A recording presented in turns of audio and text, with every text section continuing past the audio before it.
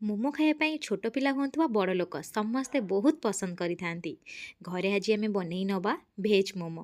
ପୁରା ବଜାର ପରି ରହିବ, ଉପରୁ ପୁରା ସଫ୍ଟ ରହିବା ସହିତ ଭିତରୁ ପୁରା ଚୁସି ରହିବ।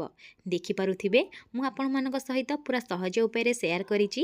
ତା ସହିତ ରାଗ ରାଗ ଚଟଣି ମଧ୍ୟ ବନେଇ ନେବା, ପୁରା ଠେଲାରେ ଯେମିତି ମିଳିଥାଏ ନା ସେହିପରି। ନମସ୍କାର, ପ୍ରତିଦିନ ରୋଷେଇକୁ ଆପଣମାନଙ୍କୁ ଅନେକ ଅନେକ ସ୍ୱାଗତ। ଆପଣମାନଙ୍କୁ ଅନୁରୋଧ ରହିଲା, ଯଦି ଚ୍ୟାନେଲରେ ନୂଆ ଅଛନ୍ତି କିମ୍ବା ଚ୍ୟାନେଲକୁ ସବସ୍କ୍ରାଇବ୍ କରିନାହାନ୍ତି ପ୍ଲିଜ୍ ଗୋଟେ ସବସ୍କ୍ରାଇବ୍ କରିନେବେ। ପ୍ରଥମେ ଚାଲନ୍ତୁ ଚଟଣି ବନେଇବା। ସେଥିପାଇଁ ପ୍ରଥମେ ଆମେ କ'ଣ କରିବା ନା ଗୋଟେ ପ୍ୟାନ୍ ବସାଇବା। ପ୍ୟାନ୍ରେ 2ଟି ଟମାଟୋକୁ ଏମିତି 2 ଫାଳ କରି କାଟିକି ଦେଇଦେଉଛି। ତା ସହିତ ରସୁଣ ଏଠି ୟୁଜ୍ କରିବା। ରସୁଣ ସ୍କିପ୍ କରିବେନି, ରସୁଣ ଦେବେ ଟେଷ୍ଟ ଭଲ ଆସିବ।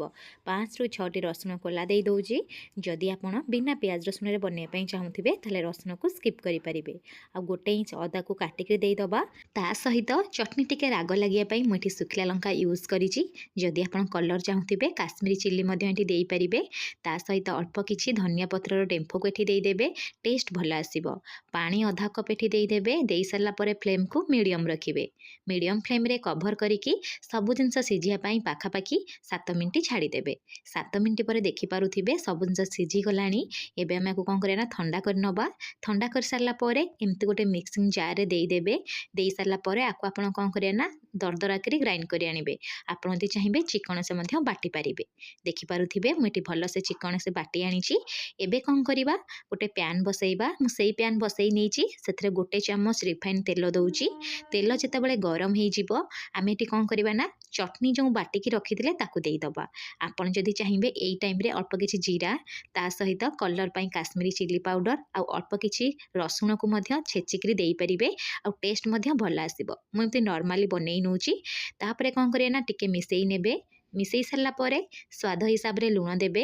ଲୁଣ ଦେଇ ସାରିଲା ପରେ ଏଠି କ'ଣ କରିବା ନା ଆହୁରି 1ରୁ 2 ମିନିଟ୍ ଏହିପରି ଫୁଟେଇ ନେବେ। ଏଠି ଆମର ପୁରା ଚଟଣି ପୁରା ବନିକି ରେଡ଼ି ସରିଲାଣି। ଲାଷ୍ଟକୁ ଚାହିଁଲେ ଧନିଆ ପତ୍ରରେ ସର୍ଭ କରିପାରିବେ। ଆକୁ ଗୋଟେ ସାଇଡ଼ରେ ରଖି ନେବା। ଚାଲନ୍ତୁ ପ୍ରଥମେ ଷ୍ଟଫିଂ ବନେଇ ନେବା। ସେଥିପାଇଁ ମୁଁ ଏଠି ପତ୍ରକୋବି ନେଇଛି। ଆପଣ ଯଦି ଚାହିଁବେ ଚପିଂ ବୋର୍ଡ଼ରେ ମଧ୍ୟ ଛୋଟ ଛୋଟ ପିସ୍ରେ କାଟିପାରିବେ, ନହେଲେ ଏହିପରି ଗ୍ରେଟରରେ ଗ୍ରେଟ୍ କରିପାରିବେ, ନହେଲେ ଏମିତି ମିକ୍ସିଂ ଜାର୍ରେ ଦେଇକରି ଏମିତି ମଧ୍ୟ ଗ୍ରାଇଣ୍ଡ କରିପାରିବେ। ମାନେ ଦରଦରା ଗ୍ରାଇଣ୍ଡ କରିବେ, ପୁରା ଫାଇନଲି ପେଷ୍ଟ କରିବେନି। ମୁଁ ଏଠି 2ଟା ପ୍ରକାର ଆପଣଙ୍କୁ ଦେଖେଇଲି, ଆପଣଙ୍କ ମନ ପସନ୍ଦ ଆପଣ ଏଠି ଯେଉଁ ପ୍ରୋସେସ୍ରେ କରିପାରିବେ। ଏବେ କ'ଣ କରିବା ନା ଆକୁ ଗ୍ରେଟ୍ କରି ନେବା। ଗ୍ରେଟ୍ କରିସାରିଲା ପରେ ଏମିତି ଗୋଟେ ବଡ଼ ଜାଗାରେ ରଖିନେବେ। ତାପରେ କ'ଣ କରିବେ ନା ଏଠି ମୁଁ କ'ଣ କରିଛି ଗାଜର ମଧ୍ୟ ୟୁଜ୍ କରିଛି। ସେଥିପାଇଁ କ'ଣ କରିଛି ନା ଗାଜରକୁ ଏମିତି ଗୋଟେ ମିକ୍ସିଂ ଜାର୍ରେ ଦେଇକରି ଦରଦରା ଭାବେ କ'ଣ କରିବି ନା ଗ୍ରାଇଣ୍ଡ କରି ଆଣିବି। ଆପଣ ଯଦି ଚାହିଁବେ ଏମିତି ମାନେ କଦୁକସ ମଧ୍ୟ କରିପାରିବେ, ମାନେ ଗ୍ରେଟ୍ କରିପାରିବେ। ଗାଜରକୁ ଦେଇ ସାରିଲା ପରେ ଏଠି ଆମେ ଅଲଗା ଜିନିଷ ୟୁଜ୍ କରିବା। ଯେମିତି ମୁଁ ଗୋଟେ ମିଡ଼ିୟମ୍ ସାଇଜ୍ର ପିଆଜକୁ କାଟିକିରି ଦେଇଦେଉଛି। ଆପଣ ଯଦି ଚାହିଁବେ ପିଆଜକୁ ସ୍କିପ୍ କରିପାରିବେ, ଯଦି ଆପଣ ବିନା ପିଆଜ ରସୁଣରେ ବନେଇବା ପାଇଁ ଚାହୁଁଥିବେ। ସ୍ୱାଦ ହିସାବରେ ଲୁଣ ଦେବା।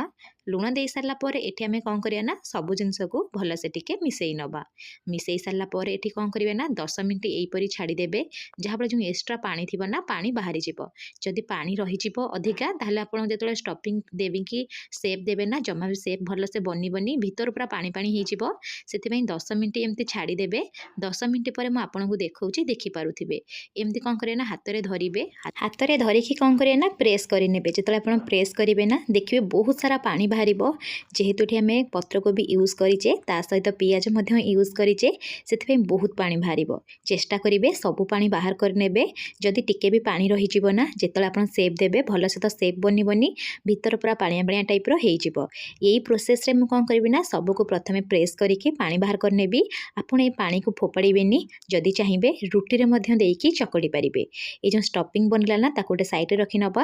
ଚାଲନ୍ତୁ ତାର ଯେଉଁ ମୋମୋର ଉପର ଯେଉଁ କଭର୍ ବନିଥାଏ ନା ମଇଦା ହେଉ ବା ଅଟା, ତାକୁ ବନେଇ ନେବା।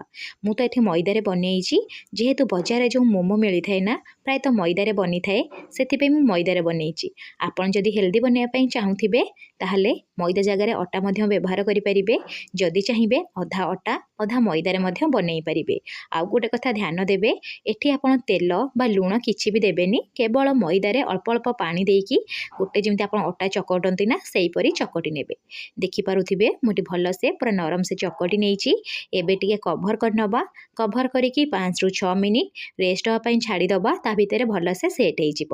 ତା ଭିତରେ ଚାଲନ୍ତୁ ଯେଉଁ ଆମେ ଷ୍ଟଫିଂ ବନେଇଛେ ତାକୁ ଟିକେ ଜଷ୍ଟ ସାଲୋ ଫ୍ରାଏ କରିବା।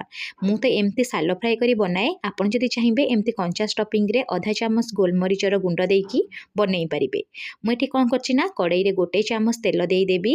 तेल जितेबाला गरम हो जो चुपुड़ी आम स्टफिंग रखी थे देदबा। दे सारापर जस्ट अध मिनिट मीडियम फ्लेम रे फ्राए करे। तापर कौन करेंगे ना अधा चामच गोलमरीचर गुंड देवे। आपड़ जदि चाहिए ये अधा चामच सोया सॉस देपारे। आउ कि मसला आपड़ जदि चाहिए देपारे जमती मैगी मसला प्रायतः यूज करती। जदि आपको पसंद आपड़ देपारे। मु पूरा सिंपल बनई। एबे कौन करवा ना टिके गोलमरीचर गुंड दे सारापर मिसई नवा। लास्ट को फ्लेम अफ करदबा। अल्प टिके धनिया पत्र दबा जहाँफल स्टफिंग बास्ना तो भल आसो ता सहित खायापी टेस्ट आसो। धनिया पत्र दे सारापर आपको जस्ट मिसई ने स्टफिंग को गोटे प्लेट को काढ़ी ने काढ़िक गोटे सैड्रे रखिने। एबे चलतु आम जो अटा को चकटिकी रखी मैदा को चकटिकी रखी चेक कर नवा। से मुझे कभर काढ़ी नौ देखिपे भल से पूरा सेट हो जाइए। जो आप गोल बनइबे पूरा छोट छोट बनईकी रेडी करेंगे जमी आम नर्माली गुपचुप बनाऊ ताठू टिके जस्ट बड़ देखिपे मुझे सबको बनई नहीं। प्रथमे कौन करेंगे ना गोटे बेलना पेड़ी उपरे किसी अटा को डस्ट करे। तापर कौन करें ना गोटे रखिके हाथ में एमती टिके स्प्रेड करे।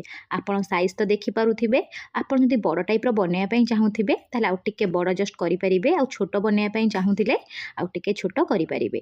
तापर पूरा पतला कर गोटे बेली ने देखिपे हाथ उपर एमती रखिए। रखी सारापर पूरा स्टफिंग देदेवे। दे सारापर आप कौन करें ना आउ गोटे हाथर दुईटी आंगुठी एमती जस्ट टिके प्रेस करे। देखिपे ता टिके साइड को छाड़ी आउ गोटे प्रेस करे। कर सारापर जो दीटा बाहरी ना ताकू दीटा धरिकी प्रेस करे। ता भितर को एमती कौन करे ना भितर को नेबे नेकी एमती कौन करे ना एमती टिके साइड रू एमती प्रेस करी जिबे। देखिपे भितर को नौथिबे प्रेस करेंगे। यहीपरि कौन करेंगे ना पूरा लास्ट जाए प्रेस करे। देखिए गोटे साइज रे पूरा बनिकी रेडी हो। जदि आप अलग किसी पसंद करुवे सेप ताले आपण इच्छार अलग सेप बनई पारे। लास्ट को आप कौन करेंगे ना जो अगपट को एमती सबको धरिकी गोटे एमती प्रेस करे। आप नॉर्मल तो मंडा पिठा बनई थे से चाहिए बनईकी रेडी करेंगे। देखिपे यही प्रोसेस रे प्रथमे कौन करी ना सबको बनई नेबी। मु एई सेप दउची। चलते एबे स्टीम करवा से कड़ाई रे किछि पानी को गरम करी नेची। समस्त पाखे तो मोमो बनवाई छांच न थाए आपन चाहिए एमती बनई पारे। एबे कौन करें ना ऊपर गोटे छांच रखीदबा। फ्लेम को मीडियम रखा। मीडियम फ्लेम रे प्रथमे कौन करें ना टिके जस्ट ऑयल एमती कौन करें ना टिके मारिदेवे जहाँफल मोमो जमा जो स्टीम हम ना पूरा तले लगनी आ बढ़िया से पूरा बनीज आ काढ़ला बेले तले जमा लगनी कि भांगनी।